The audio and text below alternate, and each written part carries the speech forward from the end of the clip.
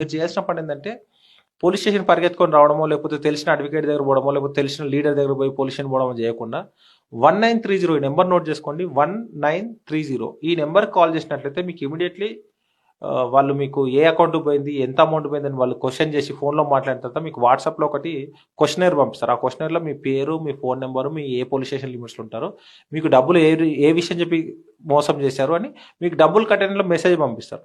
ఆ మెసేజ్లో bank account number పూర్తిగా ఉండదు. కానీ మా దగ్గర ఉండేటువంటి టెక్నాలజీ తోటి ఆ ఫుల్ నెంబర్ తీసుకొని ఏ బ్యాంకులో ఉందో ఆ బ్యాంకు అకౌంట్ను ఫ్రీజ్ చేస్తాం ఇమీడియట్లీ. సో ఇదంతా గంటల వ్యవధిలో జరుగుతుంది కాబట్టి మీ డబ్బులు రిటర్న్ పొందడానికి ఆస్కారం ఉంటుంది.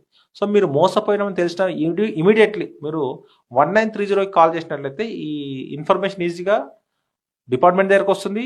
ఆ అకౌంట్ ఫ్రీజ్ అవుతుంది. మీ అమౌంట్ రిటర్న్ చేసుకోవడానికి, మీ అమౌంట్ మీరు పొందడానికి ఆస్కారం ఉంటుంది.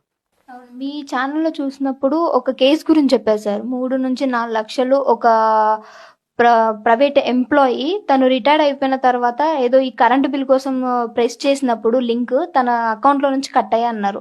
సో మరి అవి మీరు ఎలా సరే అంటే ప్రతి ఒక్క దానికి ఒక సిస్టమ్ అనేది ఏమైనా ఉంటుందా?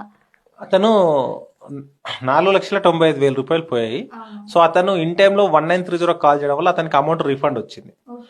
అదే ఒకవేళ ఇన్ టైంలో రిపోర్ట్ చేయకుండా ఉన్నట్లయితే అతను 4,50,000 రిటైర్డ్ ఎంప్లాయీ అంటే మళ్ళీ అవి పొందడం చాలా కష్టమైన, ఆయన చాలా కష్టార్జితం ఎప్పటి నుంచో కూడబెట్టుకున్న డబ్బులు అవి.